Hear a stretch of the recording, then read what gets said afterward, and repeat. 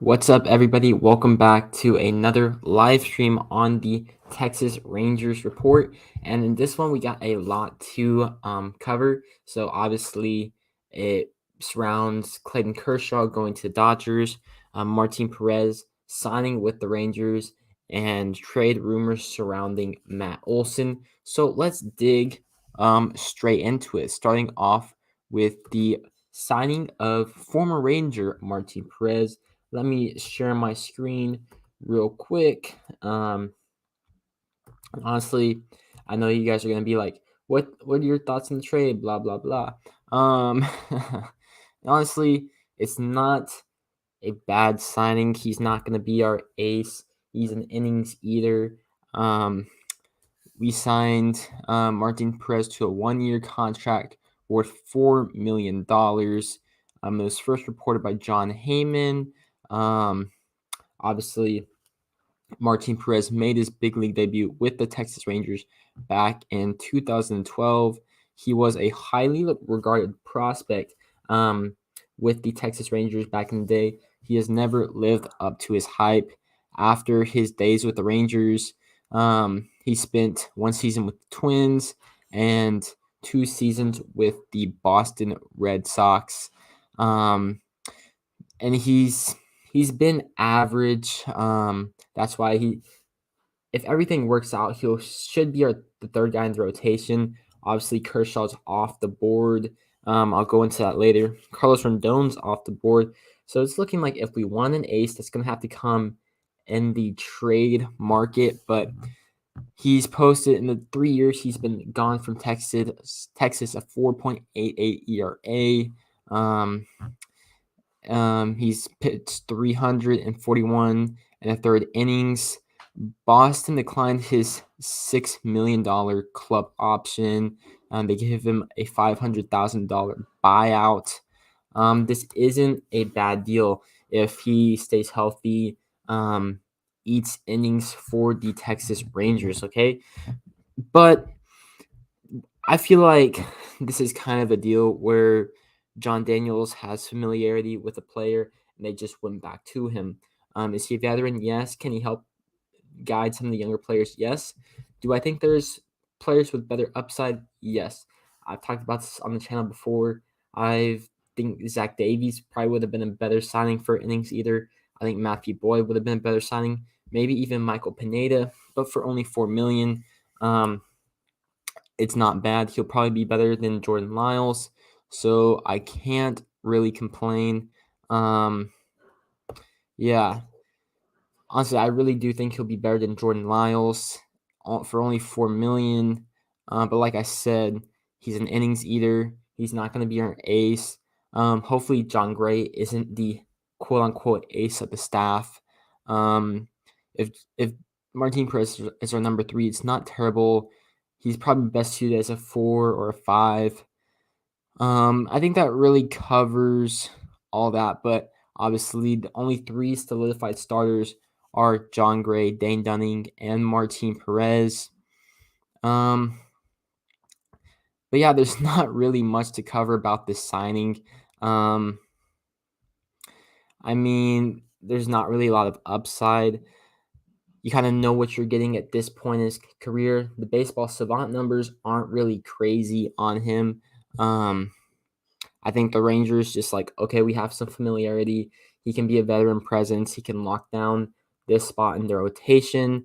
And for only $4 million, I don't think it's that bad of a deal. Let me get to the comment, and then I'll go on to the Clayton Kershaw news from Zavero Don XX. Welcome to the channel. I've never liked him anytime we had him. He is a double play guy, but I don't really feel like that fits into our ballpark.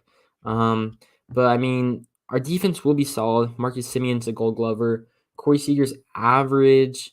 IKF is a Gold Glover. So maybe Martin Perez could play up in the Texas Rangers defense next year. I'm not too sure.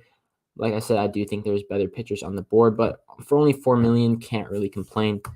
Again from Zavero, Great Dane equals hashtag ace. I like that. That's kind of funny. Do I think he can be an ace? No. Can Dane Dunning be number 3? I think so. And real quick on Dane Dunning, he showed really good stuff after the first inning. I'm surprised the Rangers never used a opener for Dane Dunning just to get past that first inning. But getting back to Martin Perez, if there's anything that you guys want to hear about Martin Perez, let me know in the live stream chat. There's not really much to talk about it. If he has a good first half, maybe you can flip him at the deadline for prospects because it's only 1 year, 4 million.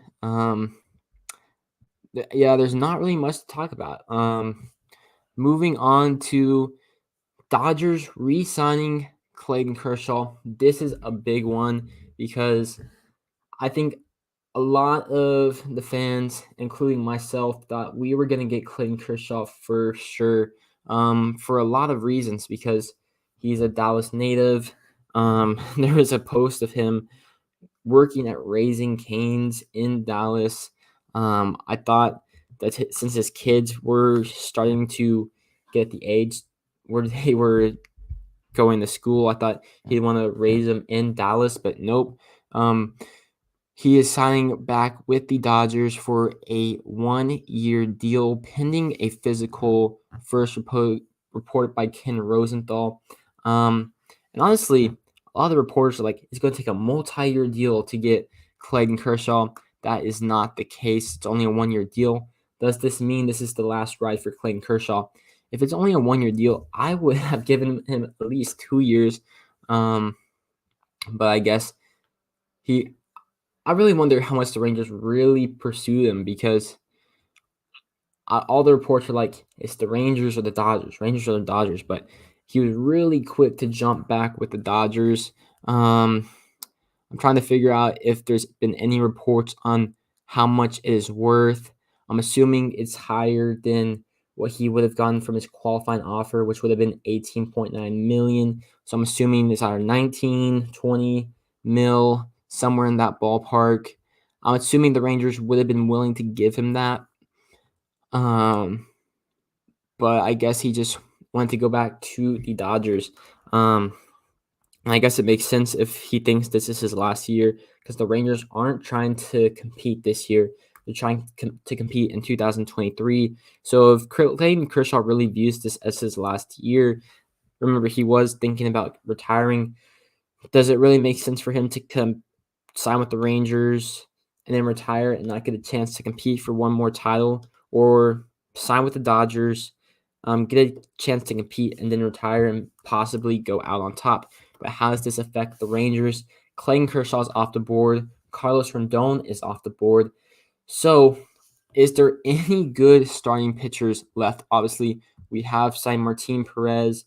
Let me go look up the free agents. I'll tell you this.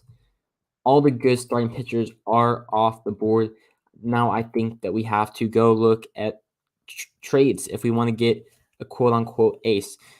Now I think you look at Luis Castillo, Tyler Mahle, Sonny Gray. I feel like I'm forgetting some names. You could look at Oakland. I do think that they would put a premium on some of their guys. We'll talk about Matt Olson in a little bit. You could look at the Marlins with Pablo Lopez. Not really sure what they're doing with their team. But let me just show you real quick the starting pitchers. Oh, shoot. This is the NFL. This is the NFL free agency. My bad. Let me change that real quick.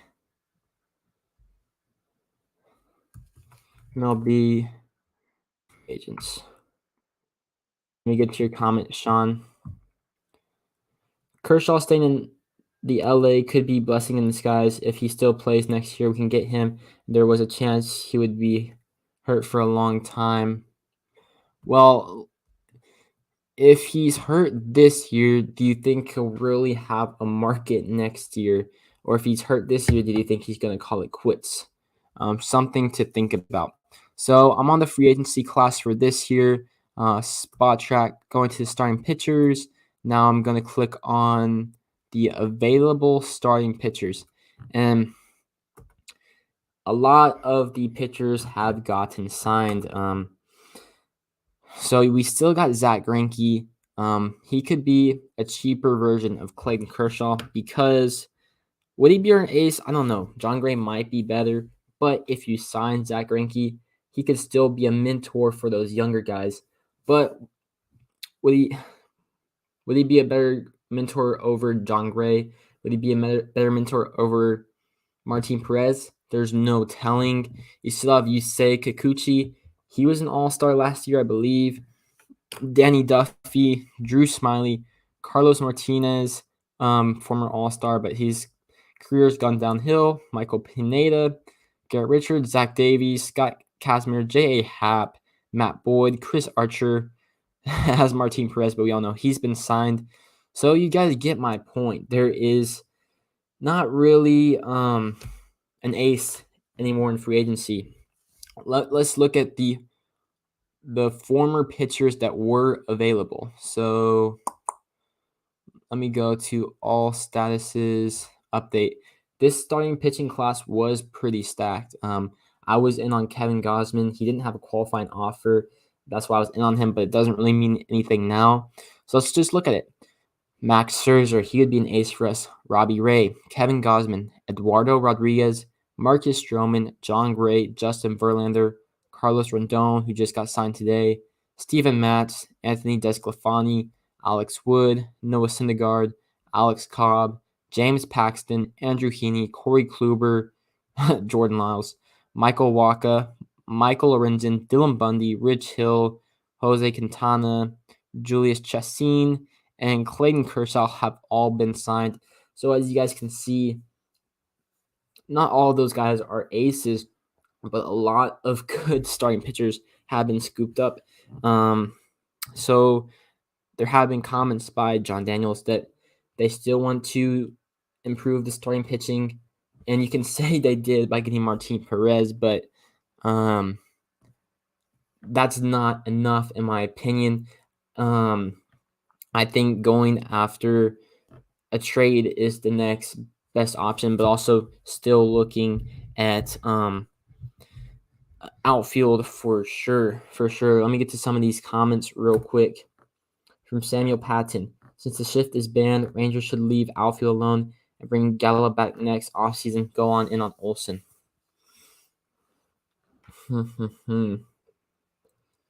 Well, I don't really get that because why go all in on Olson? Because there's so many teams that want him. You're gonna have to give up a lot of prospects, and it's not just like one person carries the team. I get that he could probably get a few extra base hits without the shift, but I don't fully understand where you're coming from with that. And also, if you don't get him to a contract extension, he'll probably walk after 2023, and then it'll probably be all for nothing. From Bryce Grissom, we need a good pitcher to add to the rotation. We need to trade for one or something. Yep, like I was saying, all the good starting pitchers are gone in free agency. I thought we were going to get Clayton Kershaw. You guys thought we were going to get Clayton Kershaw. He is off the market. He's going back to LA. Well, let me just go to Sean's question because do you think they will look onto Sonny Gray or Castillo? Yes, I do. That's a piggyback off of Bryce's question. Because Kershaw's gone, there are no true aces left in free agency. Would Sonny Gray be an ace in our rotation? Yes. Would Castillo be an ace in our rotation? Yes. Would any of the Oakland starters be an upgrade in our rotation? Yes, I think so. Let me know in the comment section down below who do you think the Rangers should trade for to help the starting rotation, because I do think they are still going to upgrade the starting rotation. I think it'll most likely come in a trade. I mean, I guess the Rangers could sign you say Kikuchi, but that seems like the old Rangers to try to get like an average pitcher and kind of hope he turns out okay, or sign Denny Duffy. Those guys aren't aces. I really think they're going to trade for a legitimate ace. And I think Castillo's a legitimate ace. Sonny Gray is like a mid-tier ace, and I'm okay with that. He wouldn't cost a lot of prospects. I think we are going to trade for one for sure. I'm going to answer your question, Dave, and then I'm going to talk about the rumors for Matt Olson. From Dave Luna, come on. You don't seriously think he would leave the Rangers? Kikuchi is available, isn't he? Okay, I don't know who you're talking about leaving the Rangers. But yes, Kikuchi is available. Yeah, and Kikuchi was an all-star last year, but I'm not sure who you're talking about leaving the Rangers. So I'm going to go on to the Matt Olson rumors because the Rangers have inquired with the Oakland Athletics about Matt Olson. And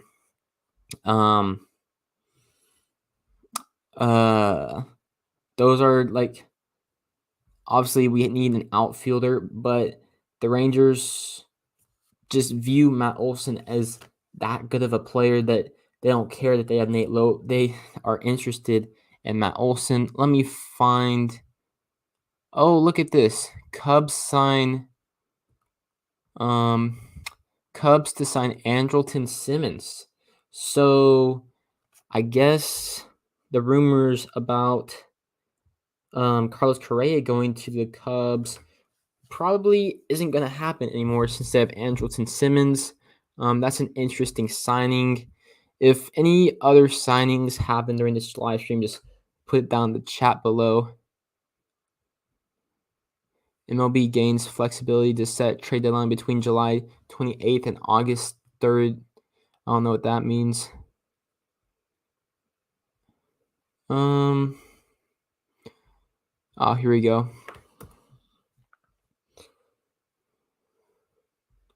So far, the Braves, the Rangers, and the Yankees have all inquired about Matt Olson in trade talks. And before the lockout, Matt Olson apparently was too high of an asking price for the Yankees. If you read this quote right here, it says the Yankees considered the Athletics asking price prior to lockout far too high. Tweets SNY's Andy Martino, who adds the Yankees made clear they would not include top shortstop prospect Anthony Volpe in a potential deal. So if the Yankees are asking for Anthony Volpe, who I believe is their number one prospect, which is kind of crazy, I can only imagine what they'd be asking for from the Rangers since they're interdivision rivals. Obviously, I do believe that prospect status haul would come down because that's just ridiculous.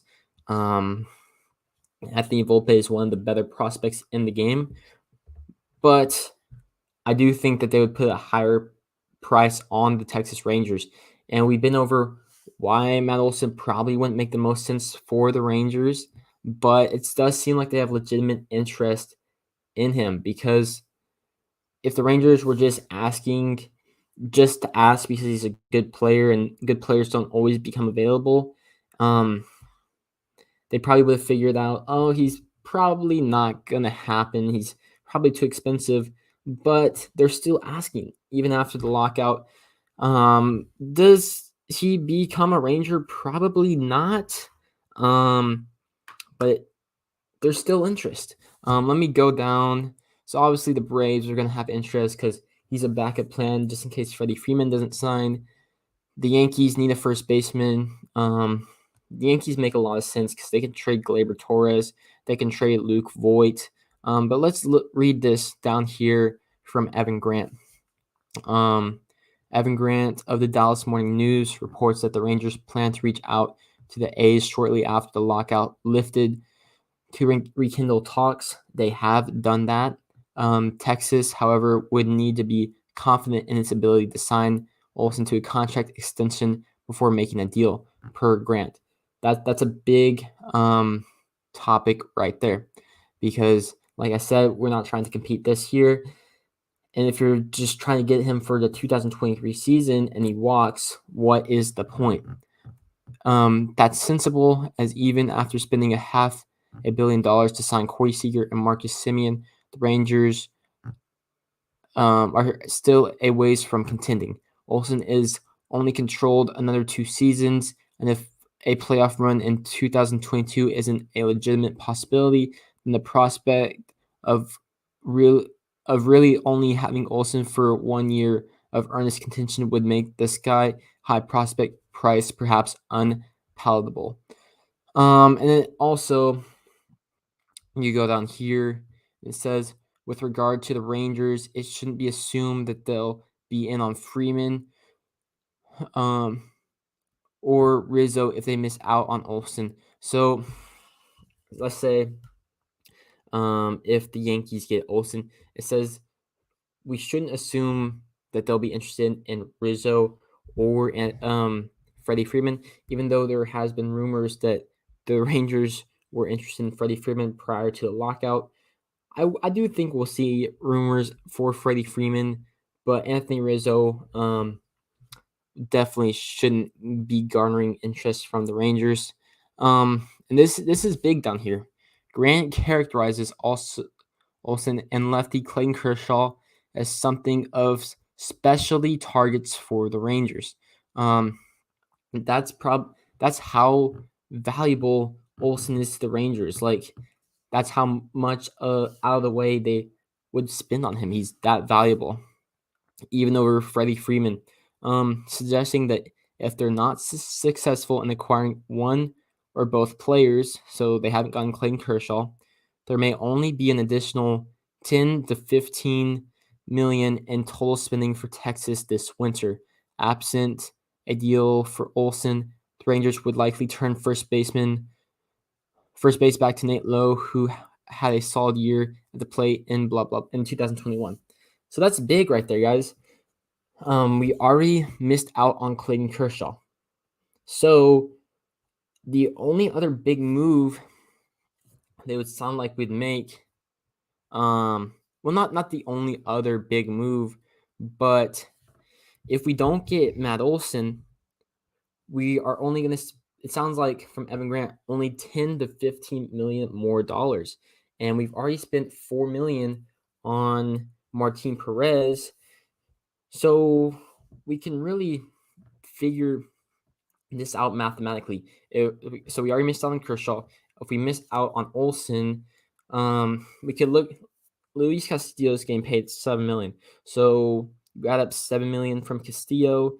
That's 11 million, because 11 million from Castillo, 4 plus from Perez. You still need an outfielder. Tommy Pham, would he sign for $4 million? Jorge Soler, would he sign for $4 or $5 million? I think it's doable. I still think there's at least 2 or 3 moves left in the Rangers' pocket. You can still get a decent 1 or 2 more players with 10 to 15 million dollars. But let's say we get Castillo, we get Jorge Soler, and we also get Olson, that payroll is going to go up, because like Evan Grant said, it's 10 to 15 million more if we don't get Clayton Kershaw, or if we don't get Matt Olson. We obviously haven't gotten Clayton Kershaw, but if we do get Matt Olson, it seems like the Rangers would be willing to go over that 10 to 15 million more in free agency. So obviously it seems like the heavy lifting from the Rangers has been done already in this offseason, signing Cole Calhoun, John Gray, Marcus Semien, and Corey Seager. Now we signed Martin Perez. Could we trade for Sonny Gray? That'd be $10 million.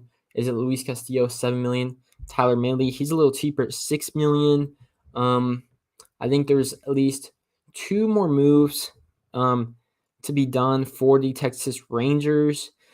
We will see, or maybe the Rangers make a deal to cut some salary. I doubt it, but this is also notable because this means that the Rangers probably won't be making a move for Eric Hosmer to take on a contract for a prospect, or take on Will Myers to get a prospect in return. Because obviously Will Myers is like 20 million, Eric Hosmer is like 13 million, I believe. So that quote right there from Evan Grant is very telling of how the rest of this offseason will go. Let me know in the comment section down below how you perceive this quote. Who do you think the Rangers will target, and how many more players they will target? But obviously, with Clayton Kershaw off the board, that will decrease the spending here on out for the Texas Rangers. But could you have just imagined, like, if they signed Kershaw, trade for Olson? I imagine Kershaw's coming in around 20 million. Olson's arbitration will be 10 million, so that's 30 million bucks. Rangers would probably still need, would they be done after that? Getting Olson and getting Kershaw, would they be done, or would they still need somebody? Let me know in the comment section down below. I'm going to answer Sean's question. Do you know how long Castillo has left on his contract? Yes, Castillo has 2 years left on his contract. So does Sonny Gray, and so does Tyler Mahle. From Dave Luna, where is IKF going to play for you guys? I make it a point to have a favorite player on each team. And he was pretty good against the Dodgers last year. He seems to be very talented.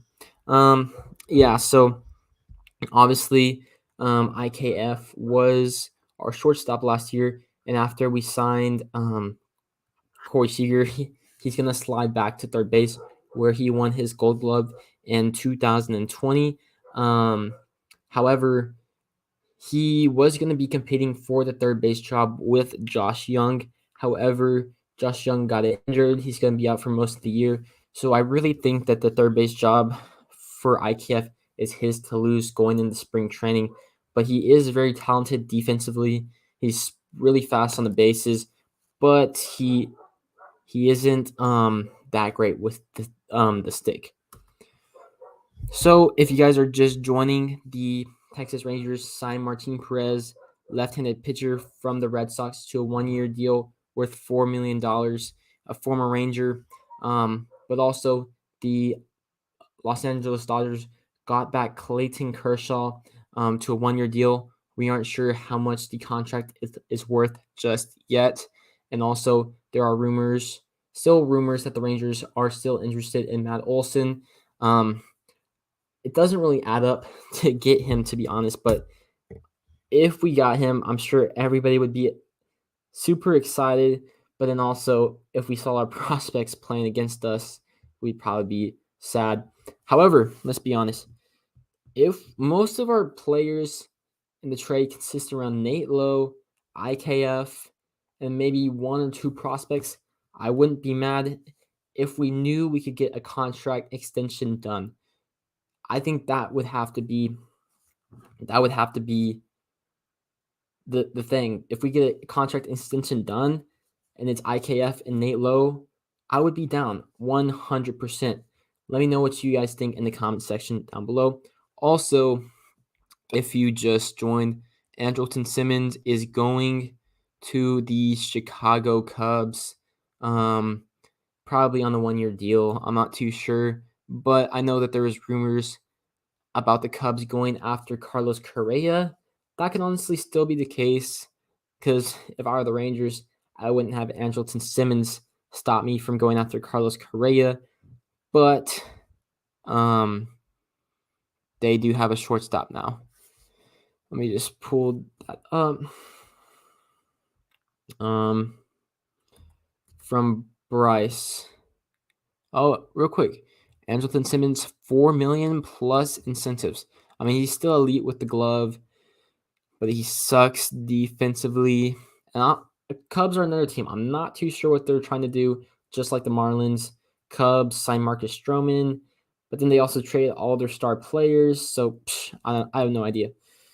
Bryce Grissom, I think if we trade for Castillo and sign a Jorge Soler, so that would that wrap up the offseason for you? I mean, I'd be pretty ecstatic because I think that would solidify the rotation, like not indefinitely, but just for the season, because that'd be Castillo, Gray, Perez, Dunning, and then Hearn, Alexi, blah blah blah.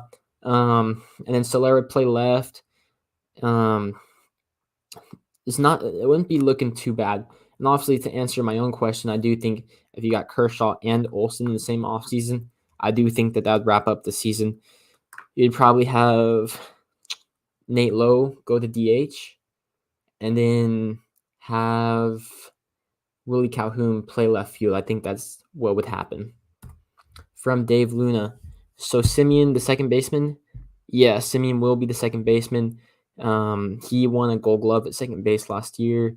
So that's, and he hasn't played short since 2020. So yeah. From Sean, I think it is important to remember that we have already had the biggest offseason ever. So even if we don't get any more, we should still be happy. Yeah, but we're greedy, so we want more. No, I'm just kidding. I get that, but our teams we want to turn the corner in our franchise. We lost 60 games last year. Obviously, this is a good start, but our rotation is still garbage. I'm just being honest. So I do think we still need big upgrades there. And then I think to finish this, I'll say this. To finish this offseason off, we already got our innings eater. I've been talking about that. To finish this offseason off, we just need like one legitimate ace via trade, and an outfielder like Jorge Soler, Tommy Pham. I mean, Kyle Schwarber's probably off the board. Say Suzuki's probably too expensive, but maybe Tommy Pham, Jorge Soler, Andrew McCutchen, maybe. I'm not sure. From Bryce Grissom, I think we shouldn't get Matt Olson. Doesn't make much sense to give up prospects, and Nate Lowe is still a good average guy.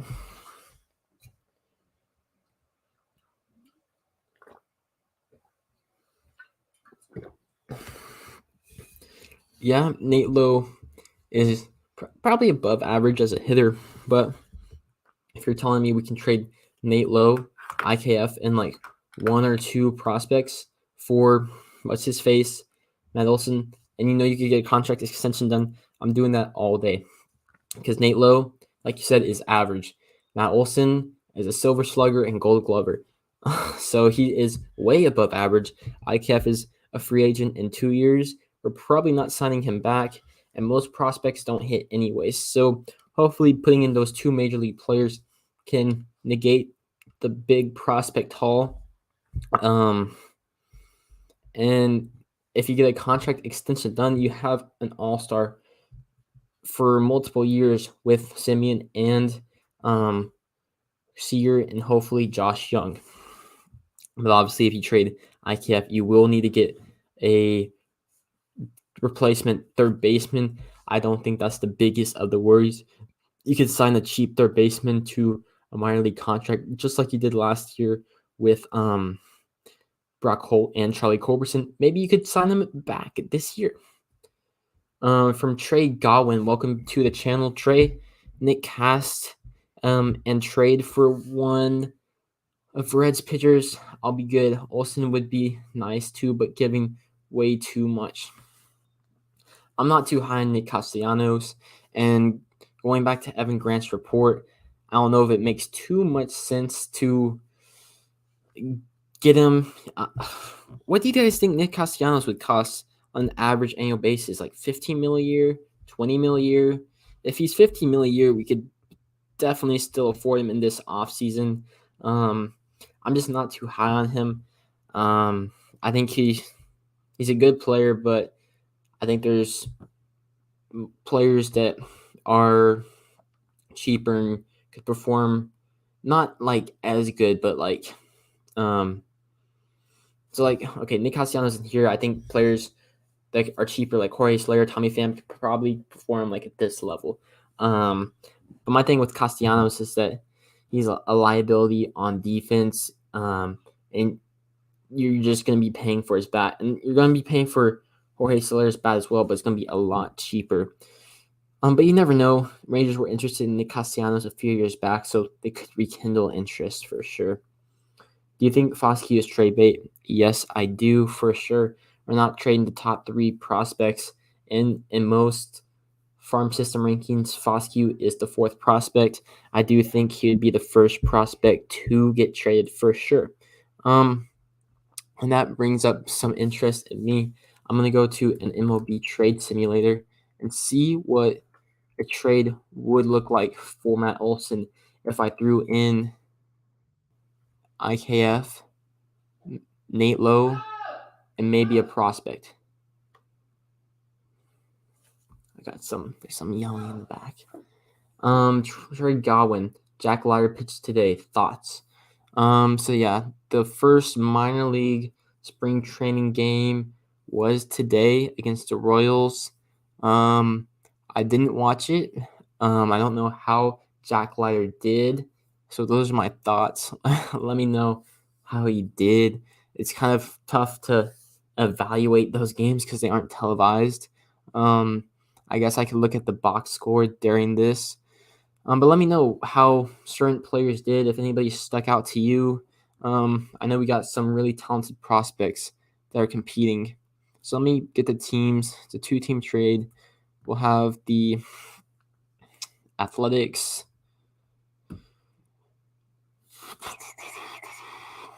And we'll have the Rangers.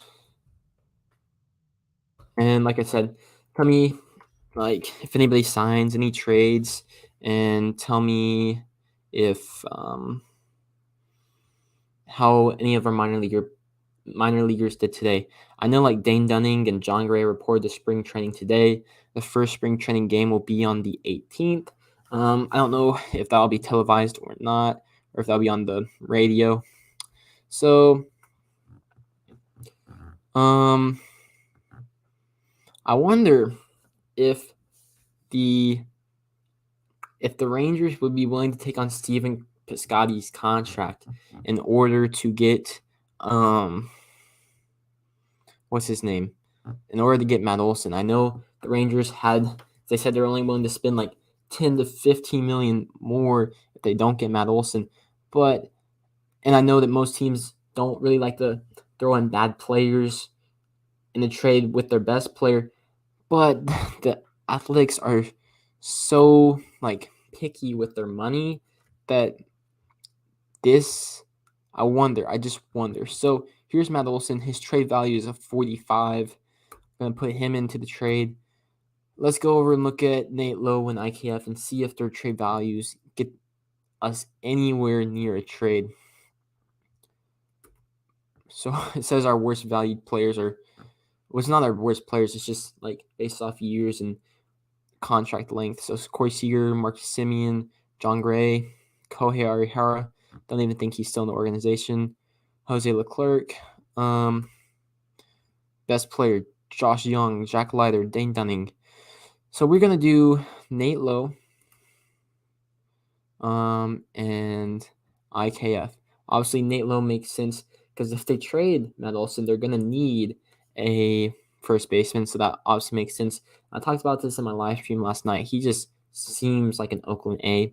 And the Oakland A's shortstop is Elvis right now. And he's not what he was. He's still decent at defense, but IKF would definitely be a replacement over him for the next 2 years. Let's see what this trade gets us to.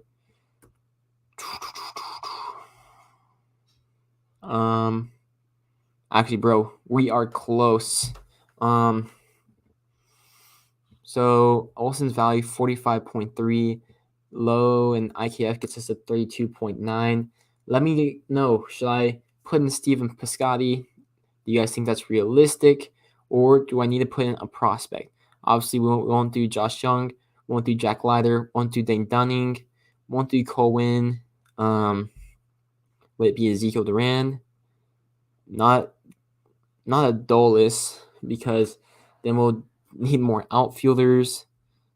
They won't want Jonah Heim, Josh Smith, Spencer Howard. Who's White? Owen White, Leody Taveras, Justin Foscue at the value of 8.8. Let me know what you think. Who else should I include in this trade? Or should I just put in Steven Piscotty? But I don't think that that'd be realistic. Let me know, and I'll answer some comments.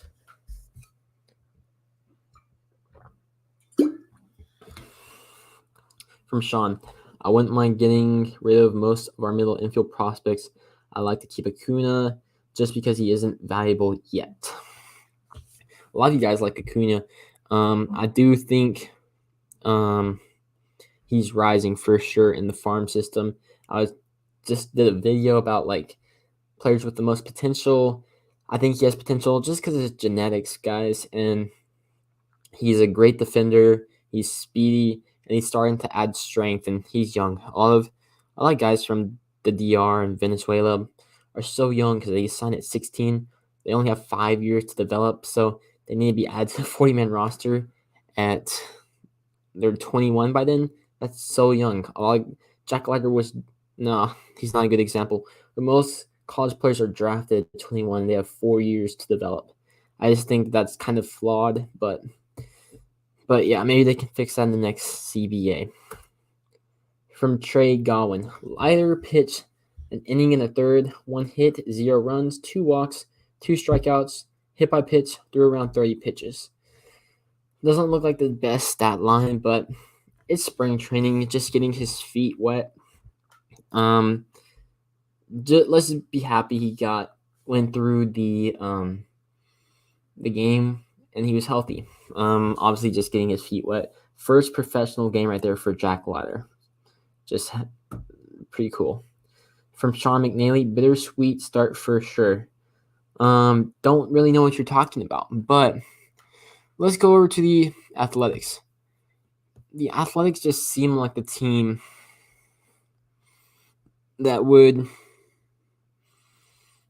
throw in a bad contract. They just seem like that team. So if we throw in Steven Piscotty, that gets the trade pretty close. I don't think that they would do it.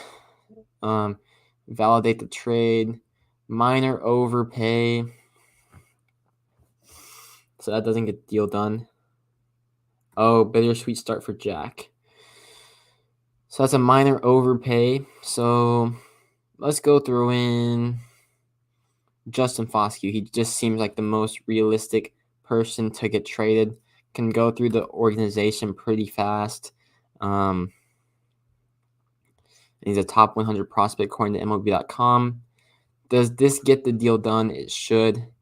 Validate trade. Okay, it says it's a minor overpay for the Texas Rangers, but honestly, this doesn't even seem like enough, for being honest. Because would the Athletics really throw in Steven Piscotty? How much is Steven Piscotty making this year?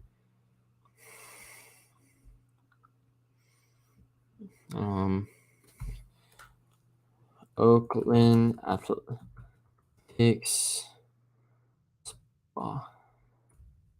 multi-year track. From Trey, possibly throwing some money into open a deal to get it done. Oh, I can throw in money? I didn't even know that, guys. I guess you could do that.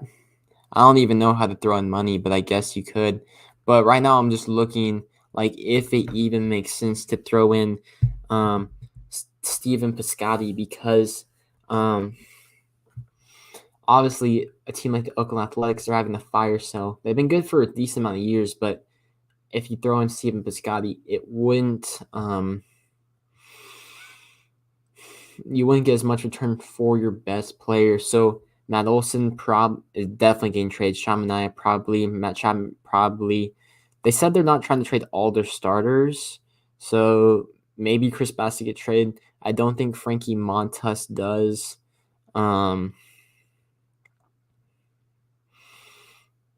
But the thing is, if they don't trade Stephen Piscotty, like, and Matt Olson deal, how would they get that done?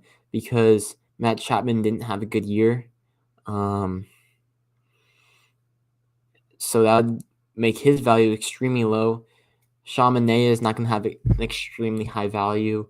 Same with Chris Bassett. Like, those are good players, but they're not going to have insanely high value. So, and then trading for Elvis Andrus just is risky for other teams because he has a clause where if he gets a certain amount of bats, blah, blah, blah, it makes a clause in his contract. Like, he gets another year in his contract, and he's not at that level anymore. So I do see a way where you could acquire Stephen Piscotty. That would be around $19 million. The Rangers would still need a starting pitcher. I do think the Rangers would be willing to spend that money to get Matt Olson. Would they have to pay for all Stephen Piscotty's money? No. But I guess we can run some trades. So that'd be one trade with Matt Olson, Piscotty, Foscue, kind of Falefa, and Lowe. But now let's do one without Stephen Piscotty. And what it would really take to get Matt Olson with all Rangers players, etc.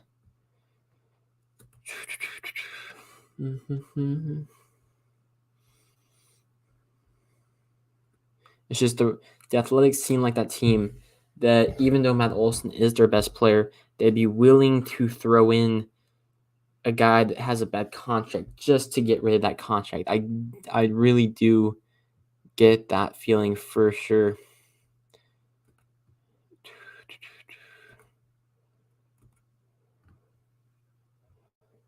So we took Piscotty off the board. We are still close in getting a deal done. Obviously, if I get close to a trade, that doesn't mean that the Rangers just have to propose this trade because there's going to be a sweepstakes with the Braves, the Yankees, the Padres, the Rangers. But let me say this. Obviously, I don't want to trade a lot of prospects, but I'm okay trading Lowe. I'm okay trading Kiner Falefa. And if we get a contract extension done, we know we can get a contract extension done, just like the Mets did with Lindor. I'm okay with this, okay? I'm okay with it. But if the Athletics don't throw in Piscotty, who is the next prospect we should throw in? Is it a guy like Glenn Otto, AJ Alexi, Spencer Howard, or a lower tier prospect? It says we only need about 4 more points to get the deal done. Leody Taveras.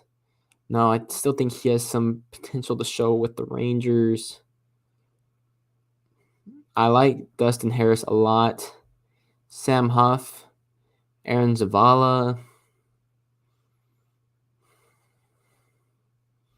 Would Davis Wenzel get a deal done? Actually, would they take Sherden Apostle? Because he is on the 40-man roster. I have the rosters right here. That would clear up. He still has prospect status. That would clear up a 40-man spot. And I do think, well, I mean, the farm system's garbage, but his prospect status has been dying off. I wonder if they'd take Apostle. I would be down for the Piscotty trade with Foscue, kind of Falefa, and Lowe, but I'll also be down for this one if we have to throw in Apostle, because that means if we sign more free agents, we wouldn't have to designate anybody for assignment. Okay, so his value isn't really that high. Does a deal get done? Trade accepted. Boom. I do think Sherman Apostle's value is still a little bit higher in real life, but this does give them a player that is close to the major league level. It gives them two players in the majors and two players that are close in Justin Foscue and Sherman Apostle. Let me know what you guys think in this trade below. But I'll also be fine giving them a guy like Davis Wendell. If we had to give him Glenn, I'd be okay, but not my highest guy that I'd want to give up.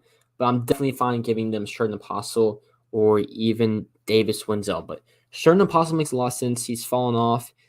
He's close to the majors, so he can help out the Athletics probably next year and clear a 40-man spot for the Texas Rangers. From Sean. I didn't catch the first part of your stream, and I'm curious what your thoughts were on Martin Perez. You think he's a good replacement in our rotation? Real quick.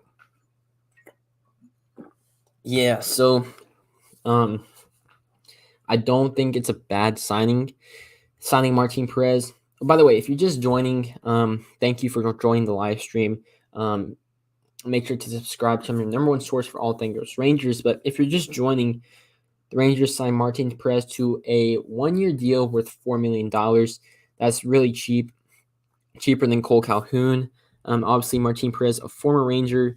So I do think John Daniels went after a guy he was familiar with. I'm not mad with the signing at all. I think if he's your third guy in the rotation, it's not bad. I think he should be the fifth guy in the rotation. But if he's your third guy, it's not bad, okay? And obviously, I'd still think a trade would make sense to go after some guy like Castillo, Sonny Gray, blah, blah, blah. But that's not happening right now. But here's my thing. I think there's better innings eaters on the board. We kind of know what you already have in Martin Perez. I was higher on Zach Davies or Matt Boyd because we know what they have. They've had pretty good seasons in the past, but I think Matt Boyd is hurt. And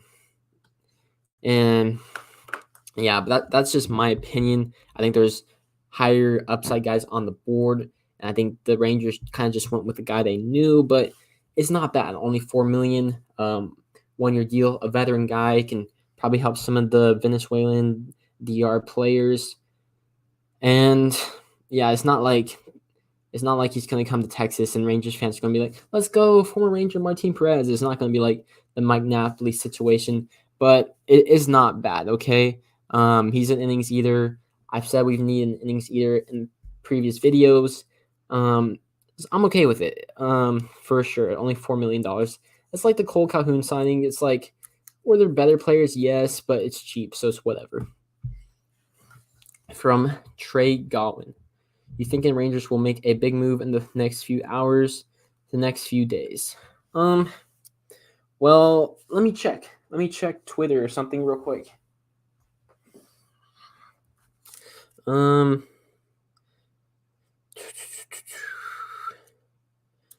I mean, with spring training starting up, they probably want to get everybody as much reps as possible. But I think if you make a big move, it's probably surrounding Matt Olson or maybe trading for a pitcher. Would you consider Jorge Soler a big move? Tommy Pham a big move? I don't know. Probably not tonight. If you're waiting for Matt Olson, you probably have to wait for Freddie Freeman to sign first. I do think the trade market for the starting pitchers will start to. I do think the starting pitching trade market will start to, accumulate or ramp up since Kershaw's gone and Rendon's gone, and obviously you need as much pitching as possible. Teams are going to be calling the Reds, the Athletics, the Marlins, the Padres. So not tonight, but I think in the next few days for sure. Keep the comments coming, but I don't see anything so far on Twitter or by the Texas Rangers. But let me know, do you think that trade on that screen could get a deal done for Matt Olson? Let me know what you think in the comments section below.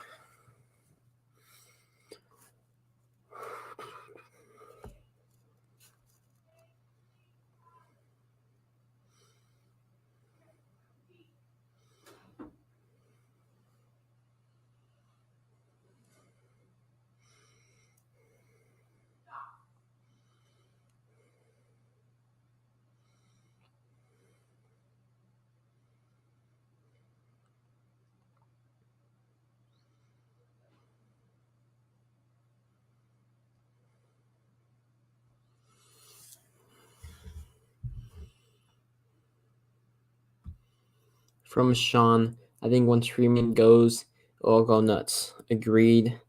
I think either him or Correa, those are the last two big free agents. I mean, Story's big, but not as big as those two. I'm just looking at Rangers rumors before. I mean, I'm going to have to hop off pretty soon, cook dinner. Obviously,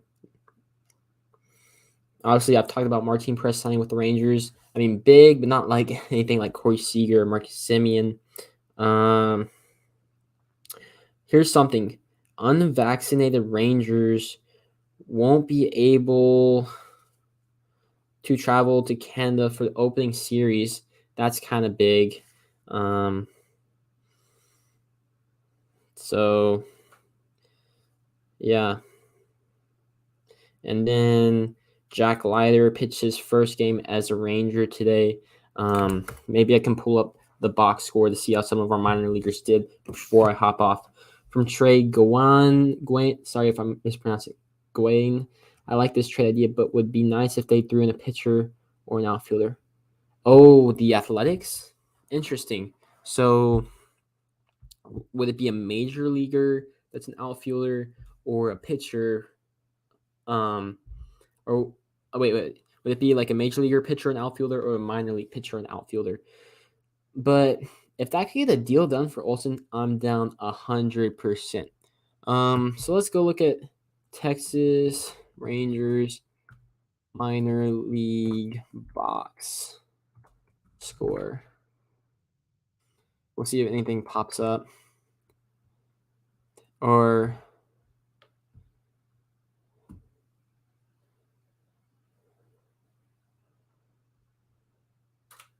I don't know if I'll find anything.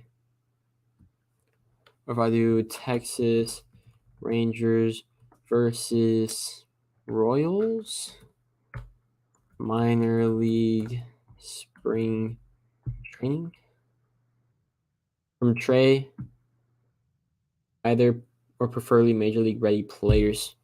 I mean, I don't know if you saw the Stephen Piscotty one.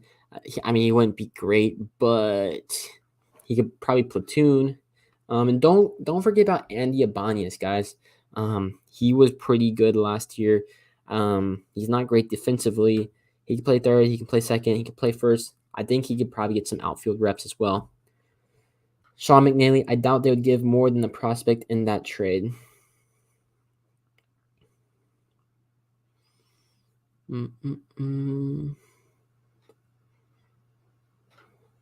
Okay, I'm not finding the box scores for the Rangers minor league game. But if you guys have any more comments, put them down below. I'm gonna hop off pretty soon. Gonna cook dinner. But it's been good talking about Martin Perez to the Rangers, Kershaw to the back to the Dodgers, which means maybe we go after Greinke. Probably not. Probably looking at the trade market. And Matt Olson rumors, the Rangers are still interested in him. So it's still going to be, I think, 2 more transactions for the Rangers for sure. Let me know if you have anything left in the comment section down below for sure. But thank you for everybody that's watched or is still watching. If you like the video, please give it a thumbs up. Make sure to subscribe to the Texas Rangers Report, because I'm the number one source for all things Texas Rangers on YouTube. With that being said, I'll just give you guys about 30, 40 more seconds and I'll hop off. And obviously, if anything happens tonight, I may hop on the live stream again, or maybe just wait till tomorrow. We'll see. But as of right now, there's no rumors for the Texas Rangers. Sean McNally, I got to go get dinner. So far has been a little disappointing post-lockout, but baseball is back, so shouldn't complain. Good night. Yep. See you guys. I appreciate everybody. And obviously join. All right. For the 5 people still watching, join the Discord, because we talk a lot of baseball there. That link is in the description down below. That's where we first broke the news about Martin Perez and Clayton Kershaw.